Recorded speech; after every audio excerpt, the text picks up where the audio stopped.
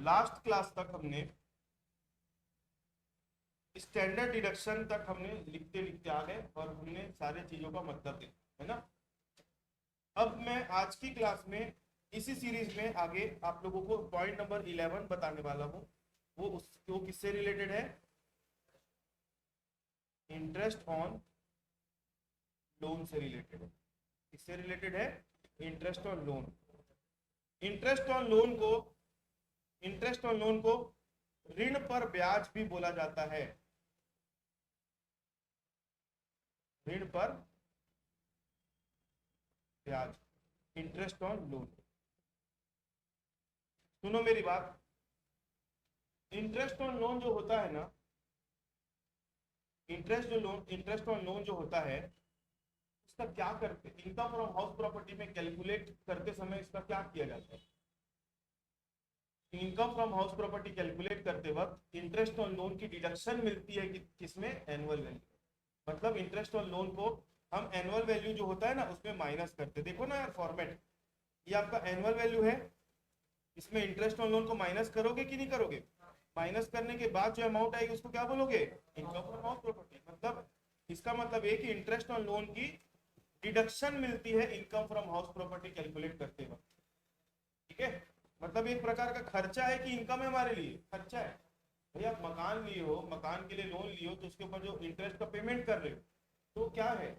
खर्चा है। इसलिए हम इसको माइनस कर देते हैं इनकम कैलकुलेट करते वक्त। सुनो, इंटरेस्ट ऑन लोन, ऋण पर ब्याज। Interest on loan is allowed as deduction from annual value while while computing while computing income from house property। Interest on loan की हमको क्या मिल जाती है? डिडक्शन मिल जाती है। डिडक्शन किस में से मिलती है? एनुअल वैल्यू में से मिलती है। कब मिलती है? जब आप income from house property calculate करते रहते हो तब। ठीक है, but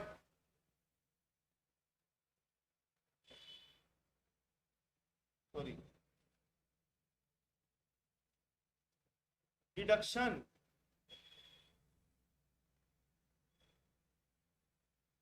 for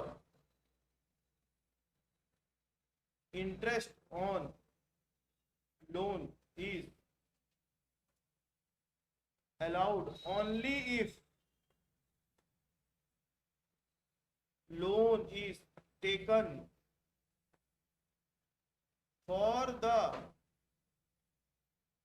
purpose of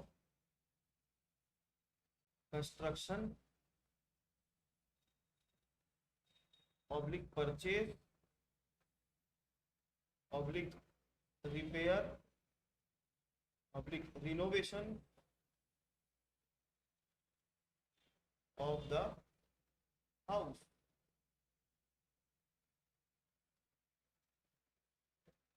If it means that if loan is taken for any other purpose such as son's education,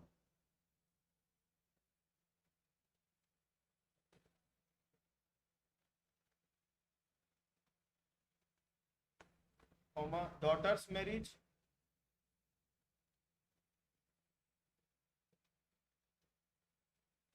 for investment in any business,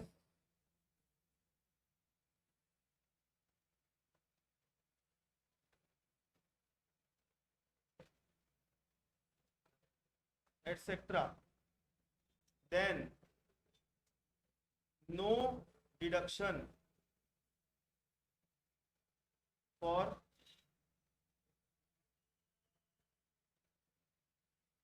interest on loan is allowed. हो गया। हाँ देखो,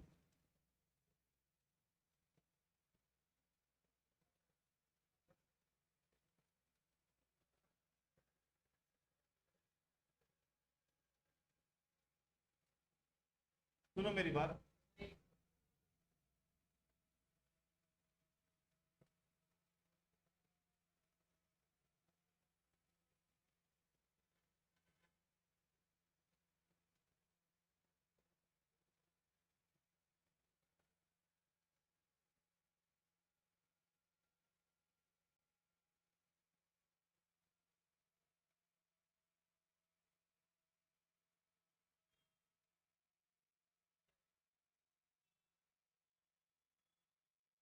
क्या लिख लिए सब? आप लोग लिख लिए? देखो, अभी मैंने आप लोगों को थोड़ी देर पहले क्या बताया, जब आप income from house property calculate करते रहोगे ना, तो इंटरेस्ट ऑन लोन की क्या मिलती है? डिडक्शन मिलती है। डिडक्शन मतलब वो इनकम कैलकुलेट करते समय उसको माइनस करना है, फिर बची हुई इनकम के ऊपर टैक्स लगता है। तो इंटरेस्ट ऑन लोन की डिडक्शन आपको तभी मिलेगी जब आपने लोन किस पर्पस के लिए लिया हुआ है? मकान बनाने के लिए लोन लिए हो, मकान खरीदने के लिए लोन लिए हो, मकान के रिपेयरिंग कराने के लिए लोन लिए हो, या मकान के रिनोवेशन कराने के लिए लोन लिए, तभी आपको इंटरेस्ट ऑन लोन की डिडक्शन मिलेगी। हाँ हाँ, मतलब मकान बनाने, खरीदने, रिपेयर कराने के लिए, रिनोवेशन कराने के लिए। लेकिन अगर आप अपने बच्चे की पढ़ाई करने के लिए लोन ले रहे हो, बेटी की शादी कराने के लिए लोन लिए हो, या किसी बिजनेस में इन्वेस्ट करने के लिए लोन लिए हो, तो वो लोन का पैसा आप मकान में यूज किए क्या? तो ऐसे लोन के ऊपर ब्याज अगर आप दे रहे हो, तो ऐसे ब्याज की इंटरेस्ट ऑन लोन की डिडक्शन ले लोगे क्या वहां पे? भाई उससे रिलेटेड खर्चा नहीं, तो उसकी इनकम को कम थोड़ी करोगे। मतलब इनकम टैक्स वाले बोलते हैं मकान से रिलेटेड खर्चा अगर है तो माइनस करो, मकान से रिलेटेड अगर लोन लिया तभी माइनस करो। फालतू काम, दूसरा काम के लिए अगर आपने लोन लिया है तो इंटरेस्ट की डिडक्शन आपको नहीं मिलेगी। आ रही बात समझ में?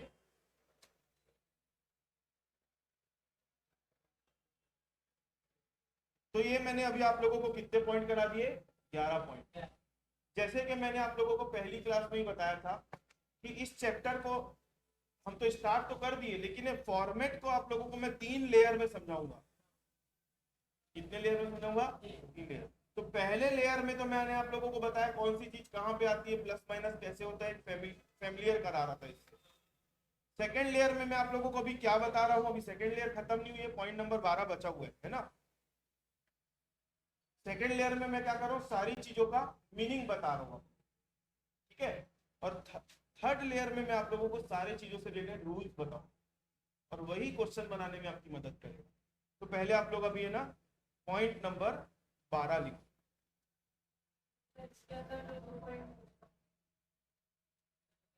वो रूल्स में आएगा। वो जो इंटरेस्ट ऑन लोन के अंदर आपको 2 पॉइंट दिख रहे हैं ना, सब पॉइंट वो रूल्स में यहाँ नहीं।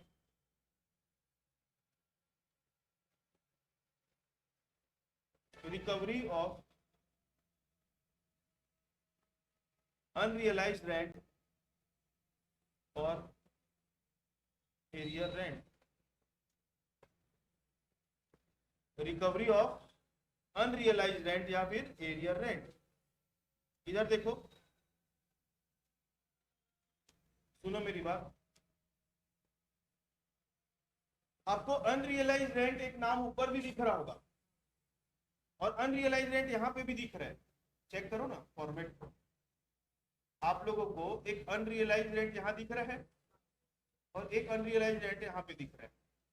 एक बार हम अनरियलाइज्ड रेंट को क्या कर रहे हैं, यहाँ पे माइनस कर रहे हैं, और एक बार अनरियलाइज्ड रेंट को क्या कर रहे हैं, प्लस कर रहे हैं। तो दोनों में डिफरेंस क्या है? एक बार हम माइनस क्यों किए और एक बार हम प्लस क्यों किए? सुनो क्या होता है। मान लो ये हमारा प्रीवियस ईयर है, प्रीवियस ईयर समझते हो ना सब, 2022-23 हमारा प्रीवियस ईयर है, ठीक है। इस प्रीवियस ईयर में मान लो एक किराएदार है वो पूरे अप्रैल से लेकर मार्च तक, पूरे आखिरी तक रहा। कब तक रहा? अप्रैल से लेकर मार्च तक रहा। लेकिन उसने किराया हमको कब तक दिया है? अप्रैल से दिसंबर तक का किराया दिया, जनवरी फरवरी मार्च का किराया दिया नहीं। रहा पूरा मार्च तक है, लेकिन किराया हमको अप्रैल से लेकर दिसंबर तक ही दिया है। मार्च, जनवरी फरवरी मार्च का पैसा नहीं दिया किराया। 31 मार्च तक नहीं दिया हमको। तो बताओ, ये पैसा जो मकान का मालिक है उसको किराया मिला क्या? नहीं मिला। उसको मान लो 10,000 रुपये पर मंथ होता है किराया, तो मकान के मालिक से अगर पूछा जाएगा कि आपने किराया कितना कमाया, तो बेचारा बोलेगा ना कि 1,20,000 रुपये कमाया हूँ। बोलेगा कि नहीं बोलेगा? 10,000 इंटू 12 करोगे तो 1,20,000 हमारा होता है किराया। लेकिन एक किराएदार रहा, वो हमको कितने महीने का किराया नहीं दिया है। इतना किराया अभी मिला नहीं। कमाया तो है मैंने, लेकिन मिला नहीं है। तो आपको मिला कितना किराया है? तो हम जो किराए के अमाउंट को माइनस कर देते हैं वो होता है अनरियलाइज्ड रेंट होता है। क्या होता है? Unrealised rent. क्या होता है? अप्राप्त किराया। बताओ, ये किराया कौन से साल का था? ये किराया हमको मिला कि नहीं मिला? नहीं मिला। तो ये हमारे लिए एक प्रकार का क्या होता है? लॉस। इसलिए हम इसको पहले क्या कर देते हैं? माइनस करते हैं पॉइंट नंबर 8 में। क्योंकि हमारे लिए क्या होता है? एक प्रकार का लॉस होता है, क्योंकि किराया हमको नहीं मिला। और ये किराया कौन से साल से बिलोंग करता है? जो प्रीवियस ईयर में डूबा हुआ किराया है या नहीं मिला हुआ किराया, उसको बोलते हैं। क्लियर है मेरी बात? लेकिन अब ये आदमी,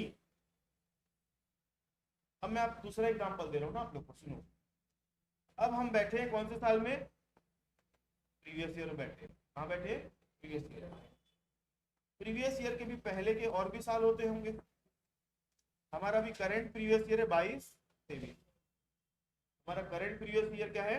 22-23। एक किराएदार था जो हमारे यहाँ 21/20-21 में रहता था। एक किराएदार था जो कब रहता था? 20-21 में रहता था। उस समय वो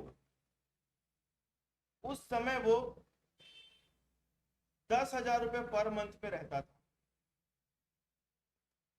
उस समय वो कितने रुपए में रहता था? 10,000 पर मंथ में रहता था। वो क्या किया? अप्रैल से लेकर दिसंबर उस साल में ना किराया दिया 10,000 के हिसाब से, 9 महीने का, तो 90,000 तो दे दिया। लेकिन आगे का जो 30,000 रुपये बनता है जनवरी फरवरी मार्च का, वो क्या कर दिया? डुबा दिया, नहीं दिया। ऐसा होता है ना कि भाई उस समय का जब तक रहा 9 महीने का किराया दिया है, लेकिन आगे भी रहा लेकिन किराया नहीं दिया, तो उस साल में वो पैसा आपका क्या हो गया था? डूब गया था कि नहीं डूबा था? अब वो आदमी को रात की नींद नहीं आ रहा है क्योंकि किसी का पैसा खा के बैठा हुआ है। तो आदमी को अब लग रहा है कि नहीं यार, मेरे को उसका पैसा दे देना चाहिए।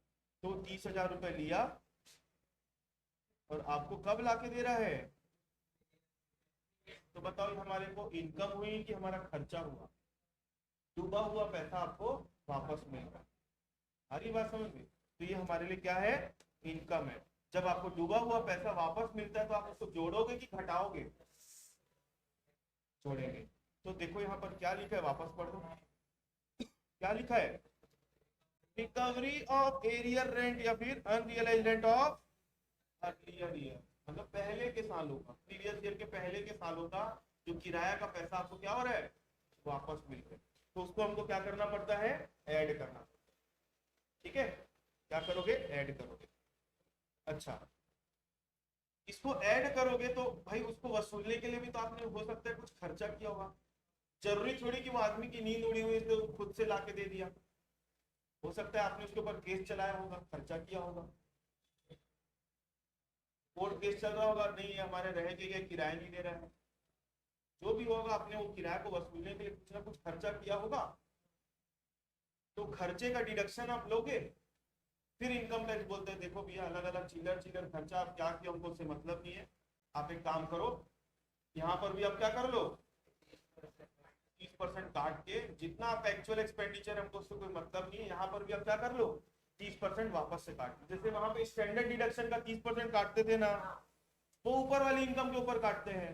यहाँ पे 30% किसके ऊपर अलग से कटेगा, एरियर रेंट या अनरियलाइज रेंट जो आपको रिकवरी हो रही है ना, उसके ऊपर अलग से 30% आप काटते। आ रही बात समझ में? तो एरियर रेंट मतलब पिछला डूबा हुआ किराया का वसूली हो रहा है, इसलिए हम उसको क्या कर देते हैं, हमारी इनकम फ्रॉम ऑफ प्रॉपर्टी में ऐड कर देते हैं।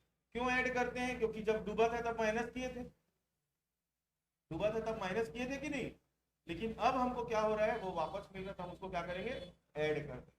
और अब ऐड करोगे तो एक बात बताओ, कैलकुलेशन अगर आपका मैथ थोड़ा सा अच्छा है, बताओ यहाँ पे मैं अनरियलाइज रेंट को माइनस किया हूं, तो ये जो 30% है ये इसमें लग रहा है कि नहीं लग रहा? कैसे लगेगा भाई, वो तो माइनस होके वो अमाउंट अलग निकल गई ना यार, नहीं समझे भाई? इस फॉर्मेट में इसको यहाँ पे माइनस कर दिया, मतलब वो अमाउंट बाहर। तो ये 30% इसके ऊपर कैलकुलेट हुआ है कि नहीं हुआ है? नहीं हुआ है। तो जब 30% आपने कैलकुलेट ही नहीं किया उसके ऊपर, तो जब आपको जब वो वापस मिलेगा डूबा हुआ किराया, आप वहां पर 30% लोगे कि नहीं लोगे? लोगे। सारी बात समझ में? अगर नहीं याद रहेगा, ये लॉजिक है क्यों माइनस करते वो बता रहा था, ये याद रखना जरूरी नहीं, सिर्फ समझने वाली बात, ठीक है? तो अनरियलाइज रेंट का मतलब होता है, unrealise rent, recovery of unrealise rent मतलब, हाँ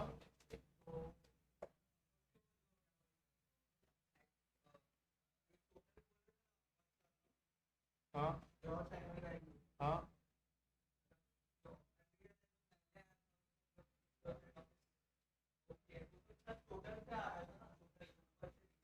टोटल से आ रहा है, लेकिन यहाँ पे माइनस होके हम उसको बाहर निकाल दिए ना दोस्त, यहाँ पे बाहर निकल गया, तो नीचे का जो 30% है ये वाला, उसके ऊपर थोड़ी कैलकुलेट हो रहा है।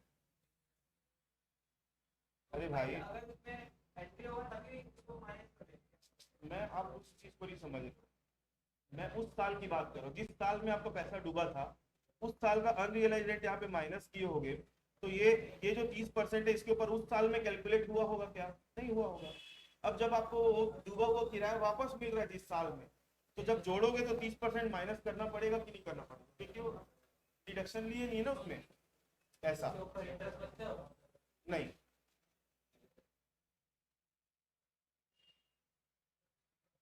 चलो आगे बढ़े। अनरियलाइज रेंट का, रिकवरी ऑफ अनरियलाइज रेंट का मतलब होता है the amount of rent, the amount of rent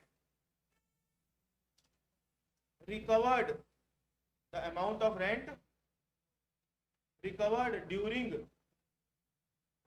previous year which could not be recovered during earlier years.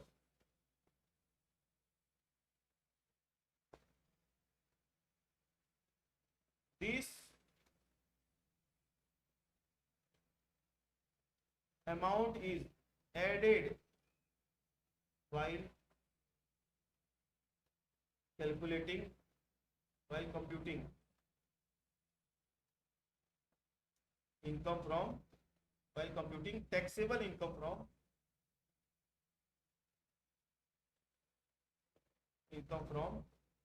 House property.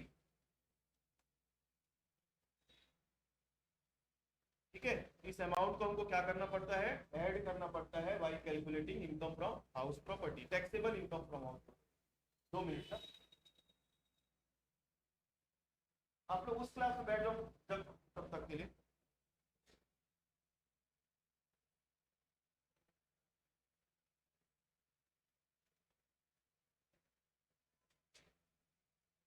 चलो, तो मैंने आप लोगों को आज की क्लास में क्या बताया, पूरे 12 आप लोगों को मैंने पॉइंट करवा दिए, और मैंने इस 12 में पॉइंट बताते समय मैं एकदम है ना मीनिंग बताते तक मैं क्या रहा हूँ, स्टिक रहा हूँ, मतलब मैं मीनिंग बताते बताते रूल बताने की कोशिश नहीं की, लेकिन एक जगह मेरे से मतलब इमोशनल हो गया, इंटरेस्ट और लोन बताते बताते, इंटरेस्ट और लोन बताते बताते मैं आपको थोड़ा सा रूल बताना चालू कर रहा। मैं आप लोगों को बोला था ना फॉर्मेट 3 लेयर में बताऊंगा, पहले नंबर पर फॉर्मेट में कौन सी चीज कहाँ पे आती है वो बताऊंगा। दूसरे में मैं क्या बताऊंगा बोला था, रूल क्या बताऊंगा बोला था, उसकी मीनिंग। तीसरे में बताऊंगा रूल। सारी चीजों में मैंने 1 से लेकर 12 पॉइंट तक मैंने क्या बताया आप लोगों को, उनकी मीनिंग बताई है। लेकिन इंटरेस्ट ऑन लोन में थोड़ा सा मैं रूल बताते बताते फिसल गया, इमोशनल हो गया। ठीक है, तो मैं आप लोगों को सब नोट्स दूंगा ना, तो उसमें से जो रूल वाला पार्ट है वो हटा दूंगा। अभी लिख ले तो कोई दिक्कत नहीं है, जो इसकी डिडक्शन कब मिलती है कब नहीं मिलती है वो मैं बता दिया। ठीक है, चलो कोई दिक्कत नहीं है। तो मैंने आप लोगों को ये सारी चीजें अभी बताई, इसका पीडीएफ अपलोड हो जाएगा। और आप लोग अगर अटेंड नहीं किए तो क्लास देख लेना वापस से। और कल की क्लास में सुनो, कल की क्लास में मैं अब रूल्स चालू करूंगा, और कोई भी एब्सेंट मत होना, क्योंकि रूल ही के बेस पर क्वेश्चन बनेंगे। अभी तक आप लोगों ने जो पढ़ा तो सिर्फ आप लोग इंट्रो इंट्रो चल रहा था अभी तक।